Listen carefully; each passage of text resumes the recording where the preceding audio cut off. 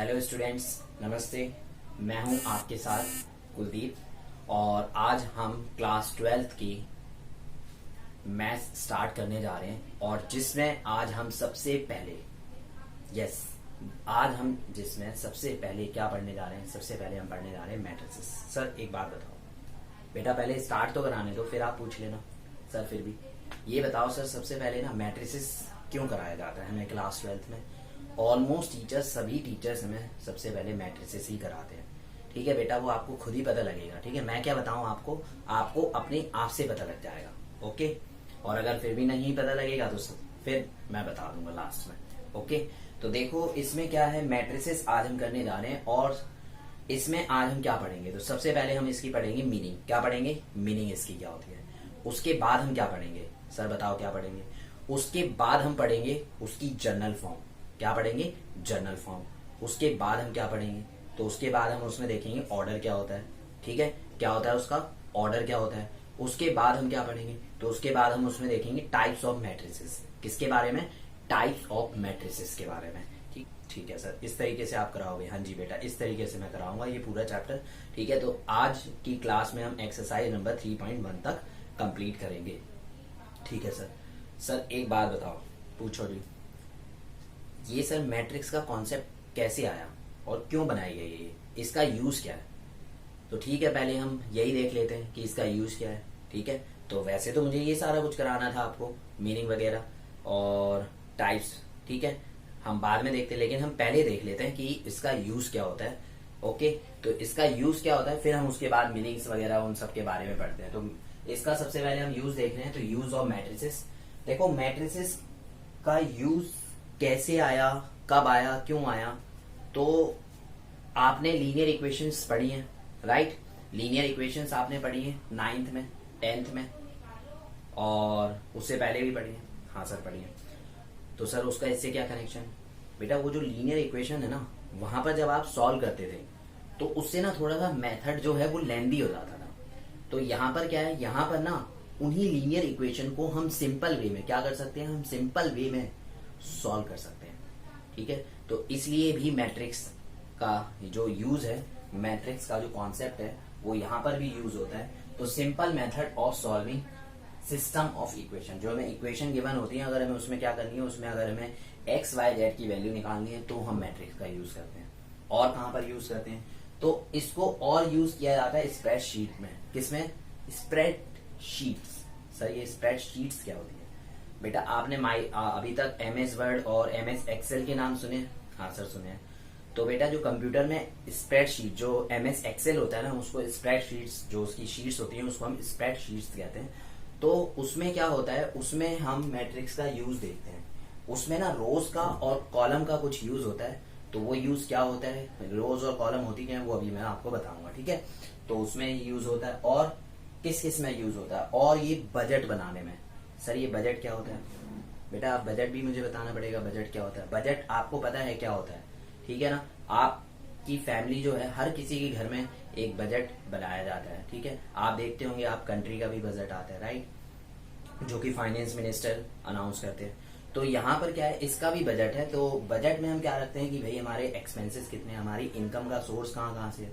तो उसको अगर हमें देखना है तो उसके लिए भी क्या किया जाता है, मैट्रिसेस का यूज किया जाता है। और कॉस्ट की एस्टिमेशन, नेक्स्ट क्या है, कॉस्ट एस्टिमेशन। और हम कॉस्ट एस्टिमेशन को भी यूज करने के लिए किसका यूज, कॉस्ट एस्टिमेशन को फाइंड आउट करने के लिए।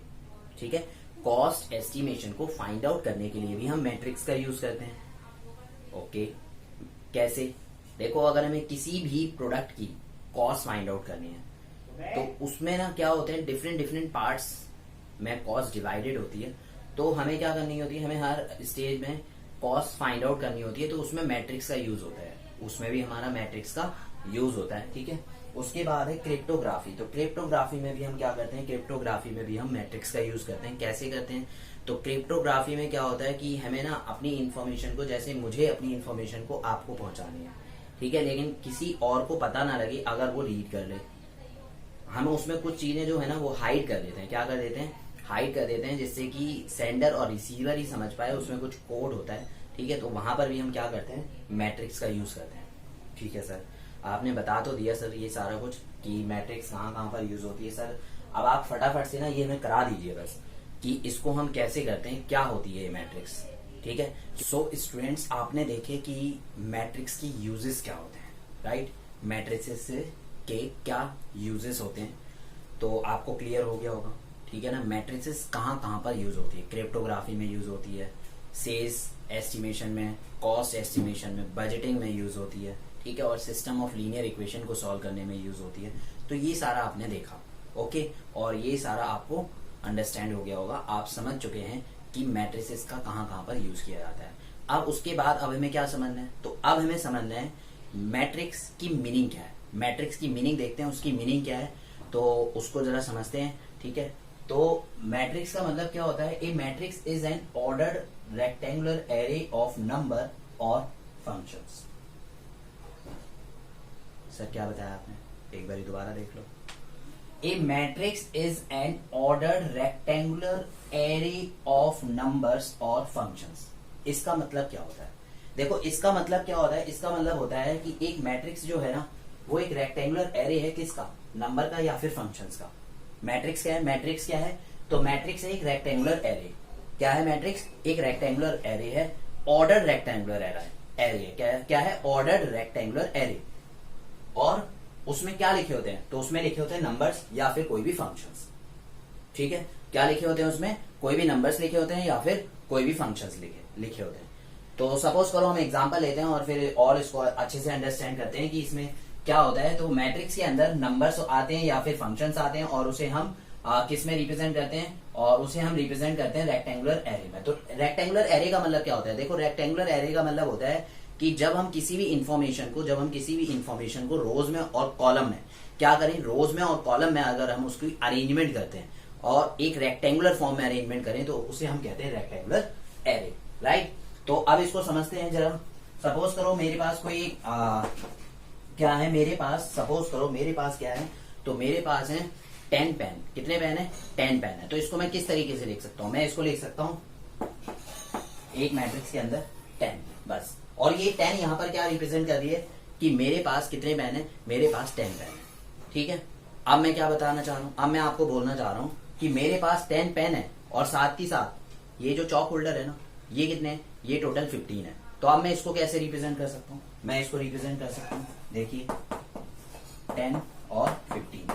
तो ये क्या रिप्रेजेंट कर रहा है, ये रिप्रेजेंट कर रहा है कि मेरे पास 10 क्या है, 10 पेन है और 15 क्या है, तो 15 है मार्कर, क्या है 15 सॉरी क्या है, 15 है चॉक होल्डर, ठीक है।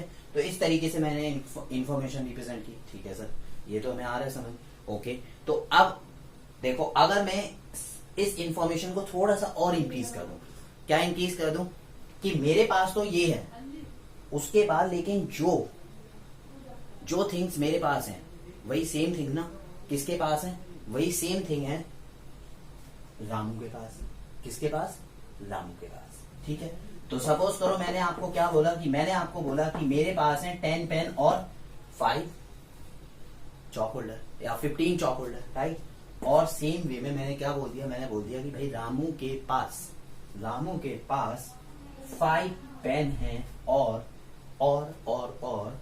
ये 10 क्या है, तो 10 है उसके पास चॉक होल्डर। सर ये तो आप इंक्रीज करते जा रहे हो इन्फॉर्मेशन। हाँ बेटा यही तो है मैट्रिक्स, मैट्रिक्स ही यही है। मैट्रिक्स में क्या लिखा हुआ है, मैट्रिक्स का मतलब होता है एक ऑर्डर्ड रेक्टेंगुलर एरे। क्या होता है, ऑर्डर्ड रेक्टेंगुलर एरे, मतलब हम क्या करते हैं ऑर्डर्ड में सारी इंफॉर्मेशन को लिखते हैं। सर ये क्या है, ये है नंबर ऑफ पेन, क्या है ये, तो ये है नंबर ऑफ पेन। ये क्या था सर, ये है बेटा नंबर ऑफ क्या थे ये, चॉक होल्डर, तो ये है नंबर ऑफ चॉक होल्डर्स, ठीक है ना। ये क्या है हमारे, ये है नंबर ऑफ चॉक होल्डर। तो यहाँ पर हमने क्या रिप्रेजेंट किया हुआ है, हमने यहाँ पर रिप्रेजेंट किया हुआ है नंबर ऑफ पेन को, हमने यहाँ पर क्या रिप्रेजेंट किया हुआ है नंबर ऑफ पेन को, और यहाँ पर हमने क्या रिप्रेजेंट किया हुआ है नंबर ऑफ चॉक होल्डर को। किसको, नंबर ऑफ चॉक होल्डर्स को। और ये क्या है, ये मेरे पास है तो मैंने अपना नाम लिख दिया, ठीक है। और ये क्या है, तो ये है रामू के पास, तो ये रामू की इंफॉर्मेशन है, तो यहाँ पे मैं रामू का नाम लिख देता हूँ, ठीक है ना। तो रामू के पास, अब देखो इससे हमें क्या पता लगेगा, रामू के पास अगर मैं आपसे पूछूं नंबर ऑफ पेन कितने हैं तो 5 है, फिर मैं आपसे पूछूं रामू के पास चॉक होल्डर कितने हैं तो 10 है, अगर मैं आपसे पूछता हूँ कि कुलदीप के पास नंबर ऑफ पेन कितने हैं, तो 10 है, और कुलदीप के पास नंबर ऑफ चॉक होल्डर कितने हैं, तो 15 है। ठीक है ना। तो हमने क्या किया, हमने देखो यहाँ पर ना इंफॉर्मेशन को क्या किया, इंफॉर्मेशन को हमने उसको ऑर्डर्ड रेक्टेंगुलर एरे में अरेंज किया। देखो आप एक रेक्टेंगल में अरेंज कर रखा है मैंने इसको, ठीक है ना, और ऑर्डरली किया हुआ है। अगर मैं सपोज करूं यहाँ पे अपने नंबर ऑफ पेन लिख देता और यहाँ पर क्या लिखता, यहाँ पर मैं रामू के नंबर ऑफ पेन लिख देता, तो उससे क्या हो, और यहाँ पर मैं क्या लिखता, यहाँ पर मैं इसके नंबर ऑफ चॉक होल्डर लिख देता, किसके, रामू के, तो उससे क्या होता, उससे वो ऑर्डर नहीं बन पाता।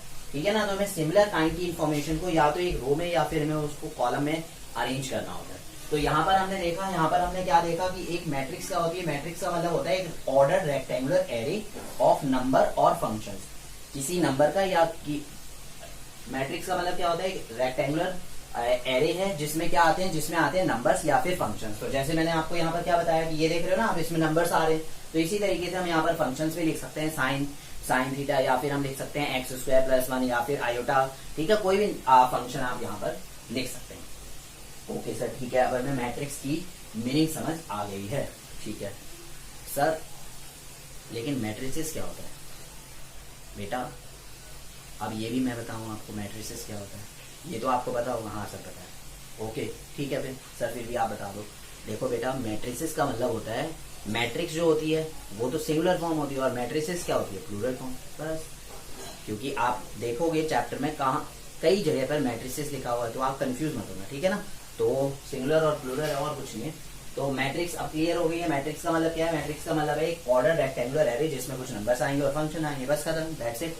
उसके बाद और देखते हैं, द नंबर और function are called the element member और एंट्रीज इन द मैट्रिक्स।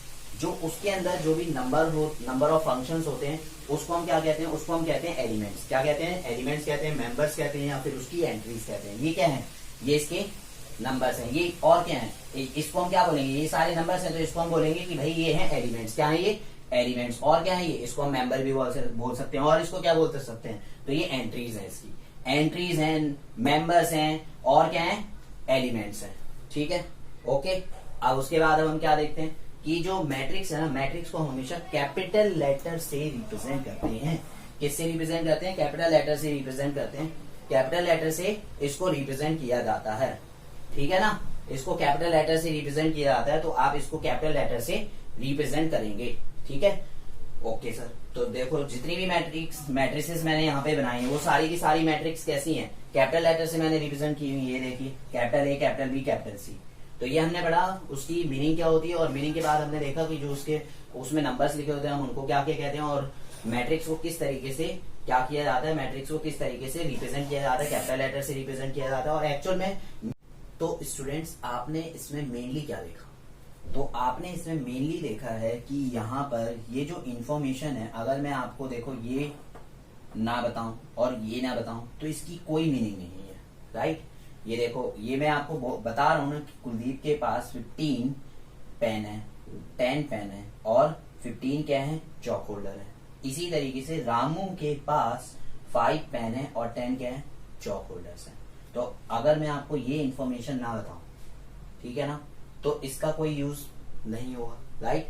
तो यही है मैट्रिक्स। ठीक है, तो मैट्रिक्स को हम किस तरीके से लिखते हैं और किस तरीके से यहाँ पर उसकी क्या मीनिंग होती है, ठीक है, कैपिटल लेटर से, और इसको रिप्रेजेंट किया जाता है। और उसके साथ साथ आप यहाँ पर ये भी आप समझ गए होंगे कि जैसे यहाँ पर मैंने 10 लिखा हुआ है, तो ये क्या है, ये रो, ठीक है, ये हमारी यहाँ पर क्या रिप्रेजेंट कर रही है कि इसको मैंने रो में लिखा है। इसी तरीके से यहाँ पर भी देखिए, यहाँ पर भी क्या है, ये 10 और 15 है, तो इसको भी मैंने किस में रिप्रेजेंट किया हुआ है, इसको भी मैंने रोज में रिप्रेजेंट किया। और ये यहाँ पर क्या है, ये क्या है, तो ये है रोज, और ये क्या है, ये है इसके कॉलम। तो इसमें भी आप कह सकते हो कि ये रोज भी है और कॉलम भी है। ठीक है, तो इसका ऑर्डर क्या होगा, ऑर्डर का मतलब क्या होता है, देखो सबसे पहले हमें क्या करना होता है, सबसे पहले हमें ऑर्डर में रोज को हम कंसीडर करते हैं, और उसके बाद हम क्या करते हैं, उसके बाद हम उसमें कंसीडर करते हैं कॉलम को। ठीक है, तो किसी भी मैट्रिक्स का ऑर्डर क्या होता है, ऑर्डर का मतलब होता है how many number of rows and column are in the matrix. Okay, तो यहाँ पर देखिए, यहाँ पर कितनी रोज है और कितने कॉलम है, तो यहाँ पर रोज और जो कॉलम है ना, इसमें सबसे पहले हम चेक कर लेते हैं। तो इसमें है 1, ये फर्स्ट रो, ये सेकंड रो, और ये फर्स्ट कॉलम और ये सेकंड कॉलम। तो इसका ऑर्डर क्या हो जाएगा, इसका ऑर्डर हो जाएगा 2/2। क्या हो जाएगा इसका ऑर्डर, इसका ऑर्डर हो जाएगा 2/2। हम ये देखते हैं कि उसमें नंबर ऑफ रोज और नंबर ऑफ कॉलम कितने हैं। ठीक है, तो सबसे पहले हम रोज को कंसीडर करते हैं और उसके बाद कॉलम को कंसीडर करते हैं। तो यहाँ पर रो मल्टीप्लाई कॉलम, लेकिन हमें इसको पढ़ना क्या है, इसको हमें रीड करना है row by column, row by column. तो हॉरिजॉन्टल लाइंस होती हैं, हॉरिजॉन्टल जो लाइंस होती हैं हम उनको क्या कहते हैं, उनको हम कहते हैं रोज। और जो वर्टिकल लाइंस होती हैं, क्या होती हैं, जो वर्टिकल लाइंस, उनको हम क्या कहते हैं, कॉलम। जो कॉपीज की लाइंस होती है ना, कॉपीज की लाइंस आपने देखी होंगी, इस तरीके से होती हैं, तो उनको हम क्या कहते हैं, उनको हम कहते हैं रोज। क्या कहते हैं उनको, रोज। और जो आप ड्रॉ उसमें स्केल से जो ड्रॉ करते हैं वो हमारी क्या कहते हैं, उनको हम कहते हैं वर्टिकल लाइन, तो वो हमारे क्या होते हैं, वो हमारे कॉलम्स होते हैं। ठीक है, तो इसमें आपको कंफ्यूज नहीं होता है, रोज कंफ्यूज नहीं होना है इसमें, ठीक है, कि रोज क्या होती हैं, रोज क्या होती हैं, ठीक है ना। तो ये जो कॉपीज की लाइंस होती हैं इसको हम रोज कहते हैं। और कॉलम किसे कहते हैं, कॉलम कहते हैं जो आप स्केल से लाइन ड्रॉ करते हो, वर्टिकल लाइन को। ओके, तो ये हमारी हॉरिजॉन्टल लाइंस जो हैं वो हमारी रोज कहलाएंगे, और जो वर्टिकल लाइंस हैं उनको हम क्या कहेंगे, उनको हम कॉलम कहेंगे। तो यहाँ पर अगर हम देखते हैं कि यहाँ पर ऑर्डर क्या है इसका, तो ऑर्डर का मतलब क्या होता है, ऑर्डर का मतलब होता है a matrix having M rows. कितनी रोज है उसमें, एम रोज। जनरली हम यहाँ पर रोज को एम से रिप्रेजेंट करते हैं, ठीक है, और एन कॉलम्स, और कॉलम्स कितने हैं, एन कॉलम्स हैं, is called a matrix of order m by n. तो उसका ऑर्डर क्या हो जाएगा, ऑर्डर हो जाएगा उसका एम बाय एन। जिस तरीके से आप इसमें देखते हैं, तो इसमें देखिए इसमें कितनी रोज हैं, तो इसमें ये फर्स्ट रो है और ये क्या है, ये सेकंड रो है, राइट। ये पहले की फर्स्ट रो है और ये सेकंड रो है, ये फर्स्ट कॉलम है और ये सेकंड कॉलम है, ये कॉलम 1 है और ये कॉलम 2 है। तो इसमें क्या है, ऑर्डर इसका क्या है, इसका ऑर्डर है 2x2। क्या है इसका ऑर्डर, 2x2, क्योंकि इसमें 2 रोज है और 2 कॉलम है, तो इसलिए हम इसको क्या करेंगे, इसको हम बोलेंगे 2x2 का ऑर्डर का ये मैट्रिक्स है, ठीक है। इसी तरीके से यहाँ पर देखो, तो इसमें क्या है, इसमें है देखो यहाँ पर सिर्फ 10 लिखा हुआ है, तो इसमें कितनी रोज है, एक ही रो है, कॉलम कितने, एक ही है, तो इसका ऑर्डर क्या हो जाएगा, 1/1। इसका ऑर्डर क्या हो जाएगा, 1/1। इसी तरीके से इसमें देखो, तो इसमें एक सिंगल रो है, क्या है ये, सिंगल रो। देखो एक ही लाइन है ना, एक ही हॉरिजॉन्टल लाइन है, तो इसमें हमारी एक सिंगल रो है, तो 1। और कॉलम कितने हैं, 2 है, कॉलम कितने हैं, 2, तो 1/2। तो ये आपने पढ़ा कि इसका क्या होता है, ऑर्डर क्या होता है, किस तरीके से हमें फाइंड आउट करना है। अब हम देख लेते हैं फटाफट से कि जनरल फॉर्म क्या होती है, general form of a matrix. So students, अब हम क्या करने जा रहे हैं, अब हम करने जा रहे हैं general form of a matrix.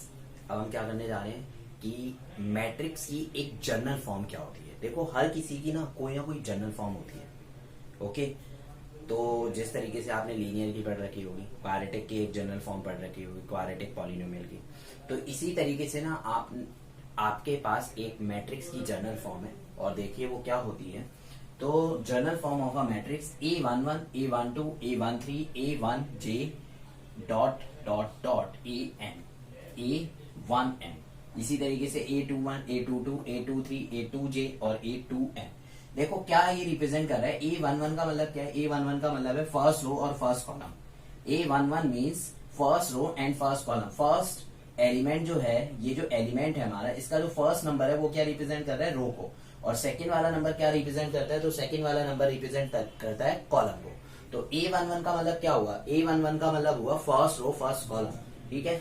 तो फर्स्ट रो फर्स्ट कॉलम, उसके बाद A12 का मतलब क्या है, first row and second column. उसके बाद है A13, तो इसका मतलब क्या है, first row and third column, right. इसी तरीके से इस पूरी रो में देखो ये कौन सी रो है, तो ये पहली रो है, लेकिन इसमें क्या हो रहे हैं, कॉलम चेंज हो रहे हैं। तो कॉलम को हम किससे रिप्रेजेंट करते हैं, J से। किससे रिप्रेजेंट करते हैं, यहाँ पर किसी जो मैट्रिक्स होती है उसकी किसी भी एलिमेंट को अगर हमें रिप्रेजेंट करना है तो उसको हम J से रिप्रेजेंट करते हैं। तो यहाँ पर J से रिप्रेजेंट किया गया, और लास्ट वाला इसमें नंबर क्या होगा, N होगा, तो 1N। इसी तरीके से ये सेकंड रो है, तो 2 1 2 2 2 3, और क्या आएगा 2 4 2 5 2 6 लास्ट, और चलते जाएंगे हम, तो अब आ जाएगा 2J, A2J, ठीक है। उसके बाद और चलते जाएंगे तो A2N। इसी तरीके से A31 क्या रिप्रेजेंट कर रहा है, third row and first column. A32 क्या रिप्रेजेंट कर रहा है, थर्ड रो सेकंड कॉलम।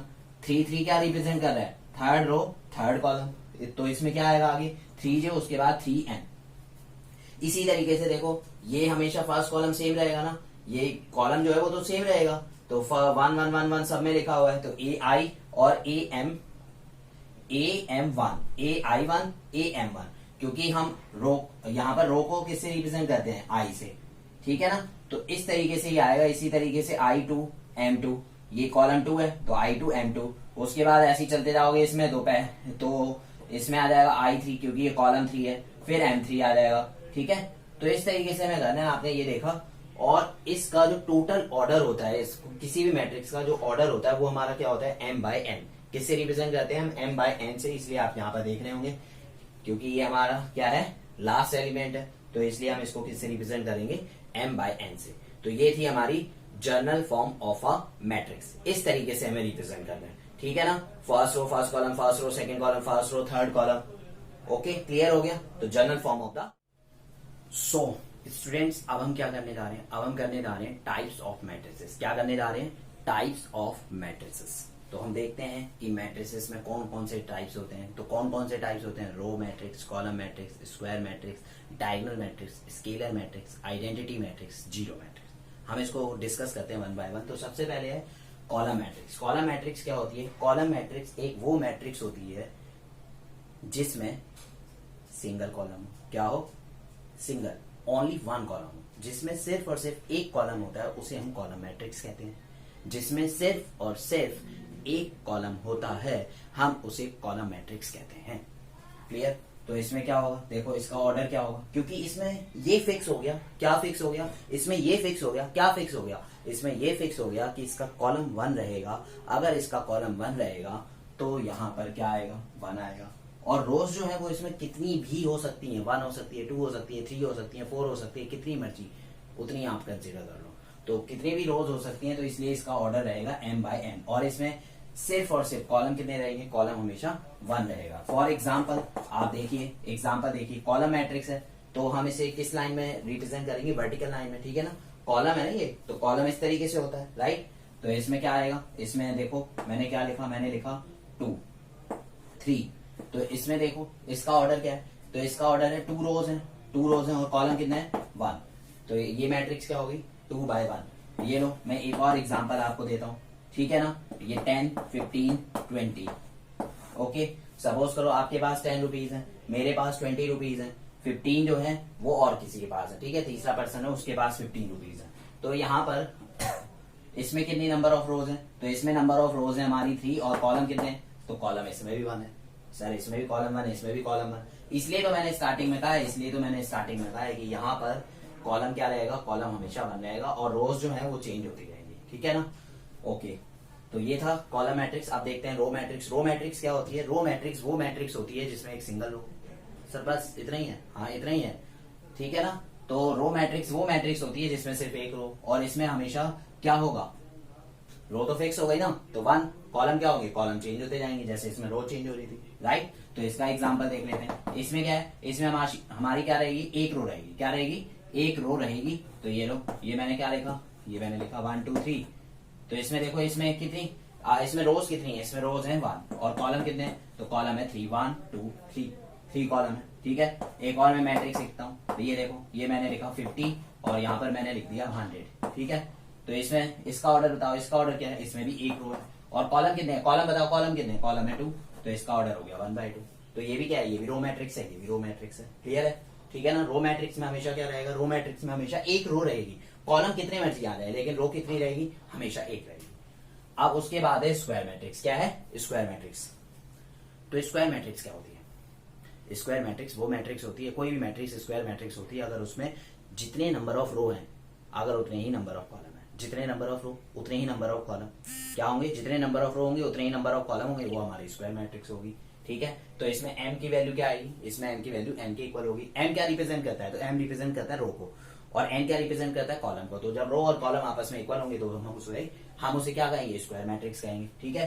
तो ए क्या आ गया, देखो ए सपोज करो मैंने लिखा 2 3 4 5, इसका ऑर्डर बताओ, इसका ऑर्डर है 2 बाय 2, रो भी 2 और कॉलम भी 2। ये देख लो, देखो ये रो 1 है, ये रो 2 है, 2 रोज है और कॉलम कितने हैं, देखो कॉलम 1 कॉलम 2, तो 2 रोज हैं और 2 कॉलम है, तो इसलिए ये क्या है, स्क्वायर मैट्रिक्स है। इसी तरीके से मैंने लिखा ये 4, तो ये 4 भी क्या है, 4 भी एक स्क्वायर मैट्रिक्स है। सर क्यों बेटा, ये भी तो देखो 1 बाय 1 है, इसमें रो कितनी है, एक, कॉलम कितना है, एक है, सिंगल है, 1 रोज है 1 कॉलम है, तो इसका मतलब क्या हुआ कि ये क्या है, स्क्वायर मैट्रिक्स है। इसी तरीके से आप देखो स्क्वायर मैट्रिक्स को ऐसे भी तो लिख सकते हो, 2 3 4 5 6 7 1 2 3, तो ये भी क्या है, ये भी एक स्क्वायर मैट्रिक्स है। क्यों है सर ये स्क्वायर मैट्रिक्स, क्योंकि बेटा इसमें क्या है, इसमें पहली रो दूसरी रो है, ये तीसरी रो है, ये फर्स्ट कॉलम है, ये सेकंड कॉलम है, ये थर्ड कॉलम है, first row second row third row, first column, second column, third column, तो इसमें भी कितनी रोज हैं, इसमें भी रोज हैं 3, और कॉलम कितने हैं, तो कॉलम भी 3 है, ठीक है ना। तो ये हमारी क्या हो गई, ये हमारी हो गई स्क्वायर मैट्रिक्स। तो रो मैट्रिक्स, कॉलम मैट्रिक्स जिसमें सिर्फ एक कॉलम हो, रो मैट्रिक्स जिसमें सिर्फ एक रो, और स्क्वायर मैट्रिक्स क्या होती है, कोई भी मैट्रिक्स स्क्वायर मैट्रिक्स होगी अगर उसमें कॉलम और रो, नंबर ऑफ कॉलम और नंबर ऑफ रोज क्या हो, इक्वल हो। ओके स्टूडेंट्स, अब हम देखते हैं diagonal matrix, scalar matrix, identity matrix और जीरो मैट्रिक्स के बारे में, ठीक है। तो अभी आपने कॉलम, रो और कॉलम मैट्रिक्स, रो मैट्रिक्स और किसके बारे में पढ़ा है, और बताओ जल्दी फटाफट बताओ। यहाँ पर हमारी कॉलम मैट्रिक्स थी, यहाँ पर हमारी रो मैट्रिक्स थी, यहाँ पर क्या थी, स्क्वायर मैट्रिक्स थी, राइट। तो ये तीनों मैट्रिक्स के बारे में हमने पढ़ लिया। अब हम क्या पढ़ेंगे, तो ये है डायगोनल मैट्रिक्स, स्केलर मैट्रिक्स और इसमें देखो, इसमें ना थोड़ी सी कंफ्यूजन रहती है, ओके, लेकिन मैं आपको एक ऐसी टेक्निक बता रहा हूं जिसमें आपकी सारी कंफ्यूजन दूर हो जानी है, ठीक है ना। तो आपको कंफ्यूज नहीं होना है यहाँ पर, और इसको देखो क्या है डायगोनल मैट्रिक्स का मतलब क्या होता है। डायगोनल मैट्रिक्स एक स्क्वायर मैट्रिक्स, हाँ एक स्क्वायर मैट्रिक्स, एक स्क्वायर मैट्रिक्स एक डायगोनल मैट्रिक्स होती है। एक स्क्वायर मैट्रिक्स एक डायगोनल मैट्रिक्स होती है, कब होती है, जब, कब होती है, जब उसके नॉन डायगोनल एलिमेंट्स जो हैं, नॉन डायगोनल एलिमेंट्स हैं वो क्या होने चाहिए, जीरो के इक्वल होना चाहिए। सर नॉन डायगोनल एलिमेंट्स क्या होते हैं, बेटा जो नॉन डायगोनल, जो डायगोनल एलिमेंट्स को छोड़कर जो भी एलिमेंट्स बचे उनको हम नॉन डायगोनल एलिमेंट्स कहेंगे, ठीक है ना। तो जो नॉन डायगोनल एलिमेंट्स हैं, और अभी हम बात यहाँ पर कौन से डायगोनल की कर रहे हैं, मेन डायगोनल की, ठीक है ना। ये वाला जो होता है इसको हम मेन डायगोनल कहते हैं। इस तरीके से जैसे हमने अगर सपोज करो ये रेक्टेंगल बनाया, तो ये वाला जो है डायगोनल, इसको हम क्या बोलेंगे, इसको हम बोलेंगे मेन डायगोनल, ठीक है, और ये इसका अदर डायगोनल रहेगा, ओके। तो अभी हम किसकी बात कर रहे हैं, अभी हम बात कर रहे हैं डायगोनल मीन्स मेन डायगोनल की बात कर रहे हैं। तो यहाँ पर जो नॉन डायगोनल एलिमेंट्स होंगे ना वो क्या होने चाहिए, वो नॉन जीरो होने चाहिए, मतलब जीरो के इक्वल नहीं होने चाहिए, ठीक है सर। और उसके अलावा जो डायगोनल एलिमेंट्स बचेंगे, क्या बचेंगे, जो डायगोनल एलिमेंट्स बचेंगे, ठीक है, वो क्या होने चाहिए, वो डिफरेंट होने चाहिए। क्या होने चाहिए, वो डिफरेंट होने चाहिए। तो इसका एग्जांपल देखते हैं। तो डायगोनल मैट्रिक्स क्या है, non diagonal elements are zeros, non diagonal elements होंगे वो जीरोस होंगे, और उसके साथ साथ डायगोनल एलिमेंट्स जो होंगे वो क्या होने चाहिए, वो डिफरेंट होने चाहिए। फॉर एग्जांपल देखिए आप, ये देखिए फटाफट देखिए, ठीक है। तो ये देखो, ये मैंने यहाँ पे क्या लिखा, यहाँ पे मैंने 2 लिखा, ये 5 लिखा, ये 0 और 0, ये क्या है हमारे, देखो जरा ये क्या है, 2 और 5 क्या डायगोनल एलिमेंट्स हैं या नॉन डायगोनल एलिमेंट्स हैं, तो ये डायगोनल एलिमेंट्स हैं, ठीक है। और ये हमारे नॉन डायगोनल एलिमेंट्स हैं। तो नॉन डायगोनल एलिमेंट्स क्या होने चाहिए, नॉन डायगोनल एलिमेंट्स हमारे क्या होने चाहिए, नॉन डायगोनल एलिमेंट्स हमारे डिफरेंट होने चाहिए। कोई भी एलिमेंट हो सकता है बट वो जीरो नहीं होने चाहिए, ठीक है। तो यहाँ पर इसका ऑर्डर क्या है, 2/2। तो इसलिए तो हम कह रहे हैं एक ऐसी स्क्वायर मैट्रिक्स जिसके नॉन डायगोनल एलिमेंट्स डिफरेंट हो और अदर एलिमेंट्स जीरोस हो, वो हमारी क्या कहलाएगी, वो हमारी डायगोनल मैट्रिक्स कहलाएगी। देखो एक और एग्जांपल मैं आपको देता हूँ। सपोज करो मैंने लिखा 2 0 0 0 3 0 0 0 3 0 0 4 या 3, ठीक है। तो यहाँ पर भी आप क्या देख रहे हो, यहाँ पर भी आप देख रहे हो कि तीनों के तीनों एलिमेंट्स जो हैं, जो यहाँ पर डायगोनल एलिमेंट्स है वो डिफरेंट है। अगर डायगोनल एलिमेंट्स डिफरेंट है और अदर नॉन जीरो डायगोनल जो है, जो नॉन डायगोनल एलिमेंट्स हैं वो क्या है, वो सारे के सारे जीरोस हैं, ठीक है ना। नॉन डायगोनल एलिमेंट सारे के सारे जीरोस होने चाहिए, और इसका ऑर्डर क्या है, इसका ऑर्डर है 3/3। तो ये भी हमारी क्या है, ये भी एक डायगोनल मैट्रिक्स है, ठीक है। तो डायगोनल हम इन्हीं को क्यों कहते हैं डायगोनल, देखो डायगोनल एलिमेंट्स जो है वो इन्हीं को इसलिए कहा जाता है क्योंकि यहाँ पे क्या आता है, ये आता है A11, ये क्या होता है A11 होता है, ये क्या होता है, ये बताओ ये फटाफट, ये क्या होता है, तो ये होता है A1 A22, ये क्या होता है A22, ठीक है ना। तो इसमें क्या होता है, इसमें I = J होता है। जब I की वैल्यू J के इक्वल होती है तब हम उसे क्या कहते हैं, तब हम उसे कहते हैं डायगोनल एलिमेंट्स। क्या कहते हैं, डायगोनल एलिमेंट्स। तो ये देखो ये A11 है तो 1 1 के इक्वल है, A22 है ये तो 2 2 के इक्वल है, ठीक है। और ये देखो ये क्या है, ये A33, तो यहाँ पर 3 3 के इक्वल है। इसका मतलब तो जब I और J की वैल्यू क्या होगी, सेम होगी ना, तो उस केस में हम उसे डायगोनल एलिमेंट्स कहेंगे। और बाकी सारे केसेस में I और J इक्वल नहीं होंगे, जैसे कि इसका ये देखो ये क्या है A12, तो 1 और 2 डिफरेंट है। ये देखो ये क्या है, ये 2 1 है, क्योंकि ये सेकंड रो में और फर्स्ट कॉलम में है, तो इसलिए हम क्या कहेंगे, इसे 2 1 कहेंगे। तो ये भी डिफरेंट है, ठीक है, ये हमारा 0 है। तो ये था, ये हमने पढ़ा डायगोनल मैट्रिक्स। अब उसके बाद हम पढ़ लेते हैं स्केलर मैट्रिक्स। तो स्केलर मैट्रिक्स देखो, एक डायगोनल मैट्रिक्स, स्केलर मैट्रिक्स, जो डायगोनल मैट्रिक्स है वो एक स्केलर मैट्रिक्स बन जाती है। कब बन जाती है, एक डायगोनल मैट्रिक्स, हाँ एक डायगोनल मैट्रिक्स एक स्केलर मैट्रिक्स बन जाती है। कब बन जाती है, एक डायगोनल मैट्रिक्स एक स्केलर मैट्रिक्स बन जाती है। कब बन जाती है, जब उसके डायगोनल एलिमेंट्स जो हो वो क्या होते हैं, सेम होते हैं। क्या हो जाए, सेम हो जाए। अगर डायगोनल एलिमेंट सेम हो जाते हैं तो उसी समय डायगोनल मैट्रिक्स क्या बन जाएगी, स्केलर मैट्रिक्स बन जाएगी। ठीक है, तो ये देखो जैसे मैंने सपोज करो एग्जांपल दिया, यही देखो। ठीक है, तो डायगोनल में आपको क्या करना है, सेम एलिमेंट्स लिख देने हैं। ठीक है ना, सेम कर देना बस, बाकी सारा सेम है। अदर एलिमेंट्स क्या होंगे, जीरो के इक्वल होंगे। ठीक है ना, जो हमारे नॉन डायगोनल एलिमेंट्स हैं वो क्या होने चाहिए, नॉन डायगोनल एलिमेंट्स हैं वो जीरो के इक्वल होने चाहिए। ठीक है, और ये लो मैंने एक और एग्जांपल दे दिया 3x3 मैट्रिक्स का, तो इसमें भी मैंने लिख दिया, क्या लिख दिया, 3 0 0 0 0 3 और 0 0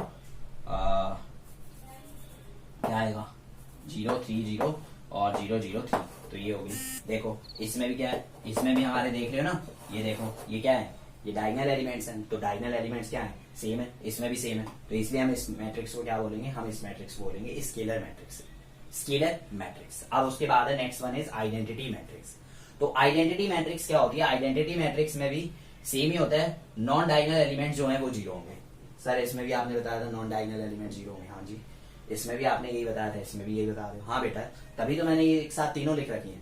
देखो डायगोनल मैट्रिक्स हो, स्केलर मैट्रिक्स हो या आइडेंटिटी मैट्रिक्स हो, क्या होगा उसमें हमेशा जो अदर एलिमेंट्स हैं, डायगोनल को छोड़कर जो एलिमेंट्स हैं वो सारे के सारे क्या होंगे, वो सारे के सारे जीरोस होंगे। ठीक है सर, उसके बाद सर आपने बताया कि इसमें क्या होता है, इसमें जो डायगोनल के एलिमेंट्स हैं वो डिफरेंट होते हैं। फिर आपने उसमें बताया कि सेम होते हैं, तो 2 है 3 है, किसी में 2 है, किसी में 5 है, किसी में 6 है, बट वो सेम होने चाहिए। ठीक है, हाँ मैंने यही बताया। अब उसके बाद इसमें क्या होता है, आइडेंटिटी मैट्रिक्स में जो डायगोनल वाले एलिमेंट्स होते हैं वो क्या होता है, उसमें हमेशा 1 आना चाहिए। क्या आना चाहिए, हमेशा 1 आना चाहिए, सिर्फ और सिर्फ और सिर्फ क्या आना चाहिए, सिर्फ 1 आना चाहिए। ठीक है ना, तो 1 0 0 1। और अदर एलिमेंट्स क्या होने चाहिए, वो भी जीरो होने चाहिए। अदर एलिमेंट्स क्या होने चाहिए, जीरो। तो 1 0 0 1 या फिर 1 0 0 0 1 0 0 0 1, ये भी आप कह सकते हो। ठीक है ना, तो ये देखो इसमें डायगोनल एलिमेंट्स क्या आ रहे हैं, इसमें डायगोनल एलिमेंट्स हमारे 1 आ रहे हैं, इसमें भी डायगोनल एलिमेंट्स क्या है, 1 है। तो जब सिर्फ और सिर्फ डायगोनल एलिमेंट्स क्या हो, जब डायगोनल एलिमेंट्स सिर्फ और सिर्फ 1 आ जाए, ठीक है, और अदर एलिमेंट्स क्या हो, वो तो तीनों में ही अदर एलिमेंट्स क्या है, तीनों में ही अदर एलिमेंट्स जीरो के इक्वल है। लेकिन इसमें डायगोनल एलिमेंट डिफरेंट होंगे, इसमें डायगोनल एलिमेंट सेम होंगे, और इसमें डायगोनल एलिमेंट्स हमेशा सिर्फ 1 होगा। सर एक बात बताओ, पूछो, इतनी सारी बात बता दी, अभी भी कोई बात पूछने के लिए रह गई है? सर बताओ, पूछो बेटा पूछो। सर ये बताओ, अगर हम इसमें 1 0 0 0 1 0 0 0 1 क्या इसमें लिख सकते हैं? क्या ये स्केलर मैट्रिक्स हो सकती है? यस बिल्कुल हो सकती है। वेरी गुड बेटा, वेरी गुड। अब आपका भी देखो दिमाग चलना तेज हो गया है। ठीक है ना, तो ये जो है ना, ये जो है क्या है, इसमें भी आप 1 1 1 1 लिख सकते हो। क्यों लिख सकते हो, क्यों लिख सकते हो यहाँ पे 1 1 1? देखो मैंने यही तो बोला है, क्या बोला है मैंने, कि आप यहाँ पर सेम एलिमेंट लिखेंगे, चाहे कोई भी लिख सकते हैं, 1 लिखो, 2 लिखो, 3 लिखो, 4 लिखो, 5 लिखो, बस सेम आना चाहिए, तो हम इसलिए 1 भी लिख सकते हैं। ठीक है, आपने वो गाना सुना है, आपने वो गाना सुना है, मैं बन जाऊं तू बन जाए मैं, लेकिन इसमें ऐसा नहीं होगा, इसमें ऐसा यहाँ पर नहीं होगा। सर क्या नहीं होगा? देखो बेटा, ये जो आइडेंटिटी मैट्रिक्स है ना, आइडेंटिटी मैट्रिक्स, सारी की सारी आइडेंटिटी मैट्रिक्स स्केलर मैट्रिक्स होती हैं। कोई भी मैट्रिक्स उठा लो, वो सारी की सारी स्केलर मैट्रिक्स होगी। ठीक है, तो ये क्या कहता है, ये कहता है मैं बन जाऊं तू, मैं बन जाऊं तू, मैं बन जाऊं तू। ठीक है, तो इसका मतलब क्या हो, इसका मतलब ये हुआ कि आइडेंटिटी मैट्रिक्स स्केलर मैट्रिक्स हो सकती है, सारी की सारी आइडेंटिटी मैट्रिक्स स्केलर मैट्रिक्स होगी। लेकिन ये जो है ना, ये स्केलर मैट्रिक्स, ये आइडेंटिटी नहीं हो सकती। ठीक है ना, तो आप इसमें वो गाना अप्लाई मत करना। इसमें क्या है, इसमें आपको क्या देखना है, आपको इसमें देखना है कि ये जो है ना, देखो 2 0 0 2 क्या इसमें आ सकता है? नहीं आ सकता, सिंपल सी बात है। तो ये हमने किया डायगोनल मैट्रिक्स, स्केलर मैट्रिक्स और आइडेंटिटी मैट्रिक्स। सिंपल है, आसान है, कोई ज्यादा डिफिकल्ट नहीं है। सर आपने तो बोला था कंफ्यूजन है, इसमें तो कुछ कंफ्यूजन नहीं है। हाँ सर डराया मत करो फिर, ठीक है बेटा, ओके। तो सिंपल है, डायगोनल, स्केलर, आइडेंटिटी, तीनों में नॉन डायगोनल एलिमेंट्स क्या होंगे, नॉन डायगोनल एलिमेंट्स जीरो होंगे, और जो डायगोनल एलिमेंट्स हैं इसमें डिफरेंट होंगे, इसमें सेम होंगे, और इसमें क्या होंगे, इसमें सिर्फ और सिर्फ 1 होगा। और एक और चीज क्या सर, आइडेंटिटी मैट्रिक्स को हम आई से रिप्रेजेंट करते हैं। कैसे रिप्रेजेंट करते हैं? आई से रिप्रेजेंट करते हैं। ठीक है, तो अब हम क्या करेंगे, अब हम करेंगे यहाँ पर क्या करेंगे, अब हम इसमें करेंगे, तो स्टूडेंट जीरो मैट्रिक्स हमारी क्या होती है? जीरो मैट्रिक्स वो मैट्रिक्स होती है जिसमें सारे एलिमेंट्स जीरो हों, जिसमें सारे एलिमेंट जीरो हों, वो जीरो मैट्रिक्स है। सर वाह, ये सर सबसे डिफिकल्ट मैट्रिक्स है। ठीक है, अगर ये आपको सबसे डिफिकल्ट मैट्रिक्स लगती है सर, क्या सर कोई भी तो डिफिकल्ट नहीं है। ओके ठीक है, तो इसमें क्या है? जीरो मैट्रिक्स जिसमें सारे एलिमेंट जीरो हों, वो जीरो मैट्रिक्स है। जैसे कि देखो ये 1 by 1 ऑर्डर की, ठीक है, एग्जाम्पल, और 0 0 0 0, ये 2 by 2 ऑर्डर की जीरो मैट्रिक्स। और एक और एग्जाम्पल मैं आपको देता हूँ, 0 0 0 0 0 0 0 0 0, तो ये क्या है? ये 3 by 3 मैट्रिक्स। ठीक है, अब आपको इसमें मैं आप एक इम्पॉर्टेंट बात बताने जा रहा हूँ। देखो ये जो मैट्रिक्स होती है ना, इस मैट्रिक्स को हम रिप्रेजेंट करते हैं बाय ओ। किससे रिप्रेजेंट करते हैं? ओ से। काफी सारे बच्चों को कंफ्यूजन होती है कि इसको हम जीरो से रिप्रेजेंट करते हैं। जीरो से रिप्रेजेंट नहीं किया जाता है, किससे रिप्रेजेंट किया जाता है? ओ से। ठीक है, तो इसको ओ से हम रिप्रेजेंट करते हैं। किससे रिप्रेजेंट करते हैं? ओ से। तो ये हमने पढ़ा टाइप्स ऑफ मैट्रिसेस के बारे में, row matrix, column matrix, square matrix, diagonal matrix, scalar matrix, identity matrix और जीरो मैट्रिक्स। तो ये मेन इसमें एनसीईआरटी की जो बुक है उसमें आपकी ये 7 मैट्रिक्स दे रखे हैं। ठीक है, तो अगर और भी कोई मैट्रिक्स आएगी तो हम उसको उस समय पढ़ लेंगे। तो बस मेनली ये मैट्रिक्स है हमारी। उसके बाद हमारा एक लास्ट टॉपिक है इक्वालिटी ऑफ मैट्रिसेस। कॉन्सेप्ट जो है अभी जो हम बेसिक एक्सरसाइज करेंगे, एक्सरसाइज नंबर 3.1, उसका एक बेसिक कॉन्सेप्ट और रह गया, तो वो मैं और कंप्लीट आपको करा देता हूँ। तो इसमें लिखा हुआ है equality of matrix, equality of matrices, equality of matrices. इसका मतलब क्या है? देखो दो मैट्रिक्स, टू मैट्रिसेस जो होती है ना, वो आपस में इक्वल होती है। क्या होती है? आपस में इक्वल होती है। कब? टू मैट्रिसेस आपस में क्या है? इक्वल है। कब है? जब जब जब जब जब क्या हो? जब they are of the same order. क्या होना चाहिए? उनका ऑर्डर सेम होना चाहिए। अगर इसका ऑर्डर 2/3 है तो इसका भी ऑर्डर 2/3 होना चाहिए। अगर इसका ऑर्डर 3/3 है तो इसका भी ऑर्डर क्या होना चाहिए? 3/3 होना चाहिए। अगर इसका ऑर्डर क्या है? 1/2, तो इसका भी ऑर्डर क्या होना चाहिए? 1/2। ठीक है, ये पहली कंडीशन है। दूसरी कंडीशन क्या होती है? इसके हर एक जो कॉरेस्पॉन्डिंग एलिमेंट्स हैं, कौन से एलिमेंट्स? कॉरेस्पॉन्डिंग एलिमेंट्स, इसके कॉरेस्पॉन्डिंग एलिमेंट्स के इक्वल होना चाहिए। सर मतलब इसका A11 है ना, वो इसके B11 के इक्वल होगा। 1 1 1 1 के इक्वल, 1 2 1 2 के इक्वल, 1 3 1 3 के इक्वल, 2 1 2 1 के इक्वल, 2 2 2 2 के इक्वल। ठीक है, तो इस तरीके से आपको करना है। तो इक्वालिटी ऑफ मैट्रिसेस में आप क्या देखोगे? टू मैट्रिसेस, ये हमारी फर्स्ट मैट्रिक्स है, ये हमारी सेकंड मैट्रिक्स है। A इक्वल्स टू AIJ हो गया। अगर हमने B से रिप्रेजेंट करा है तो BIJ हो गया। IJ क्या होता है सर? अभी बेटा IJ क्या होते हैं? एलिमेंट्स होते हैं, एलिमेंट्स जो उस मैट्रिक्स के अंदर लिखे होते हैं। ठीक है, इन सभी को हम किससे रिप्रेजेंट करते हैं? IJ से रिप्रेजेंट करते हैं। ठीक है सर, तो two matrices A and B are said to be equal matrix if they are of the same order. अगर उनका ऑर्डर क्या होगा? सेम होगा, 2/2 2/3 कुछ भी होगा। ठीक है, ईच एलिमेंट ऑफ, और सेकंड कंडीशन क्या है? Each element of A is equal to the corresponding elements of B। Example देखिए, एग्जाम्पल में क्या है? देखो बेटा, एग्जाम्पल देखो, अगर मैंने लिखा यहाँ पे 2 3 4 5 और यहाँ पे क्या लिखा? मैंने यहाँ पर लिख दिया X Y Z P। तो अगर क्वेश्चन में दे रखा है कि ये दोनों मैट्रिक्स क्या है? आपस में इक्वल है, तो इनके कॉरेस्पॉन्डिंग एलिमेंट्स क्या होंगे? इक्वल होंगे। तो A11 B11 के इक्वल होगा, तो X की वैल्यू 2 आ जाएगी और Y की वैल्यू 3 आ जाएगी। ये A12 है, ये भी A12 है, B12 है, तो ये इसके इक्वल हो जाएगा। उसके बाद ये जो है, ये क्या है? ये 2 1 है और ये भी 2 1 है, तो Z की वैल्यू 4 आ जाएगी और P की वैल्यू 5 आ जाएगी। तो ठीक है स्टूडेंट्स, ये हमने बेसिक एक्सरसाइज जो है, एक्सरसाइज नंबर 3.1, उसका हमने बेसिक कॉन्सेप्ट क्लियर कर लिया है। ठीक है ना, तो ये इसमें फंडामेंटल है, ये सारे अब हम पढ़ेंगे 1 by 1। इससे रिलेटेड जो क्वेश्चन ये हम पढ़ चुके हैं। अब इसके बाद हम क्या करेंगे? अब हम इसके बाद करेंगे एक्सरसाइज नंबर 3.1। ठीक है, तो ये हम नेक्स्ट क्लास में करेंगे। तो अगर आपको ये वीडियो पसंद आई है तो आप मेरे चैनल को लाइक करें, सब्सक्राइब करें। अगर आपको कोई भी इसमें प्रॉब्लम है तो आप मुझे कमेंट करके पूछ सकते हैं, और अगर आपको को वीडियो पसंद नहीं आई है तो आप डिसलाइक भी करें। लेकिन साथ के साथ स्टूडेंट प्लीज अपना कमेंट जो क्यों आपने डिसलाइक किया है वो आप कमेंट बॉक्स में जरूर बताएं, ताकि मैं उसे इम्प्रूव कर सकूं। Okay, thank you so much for watching.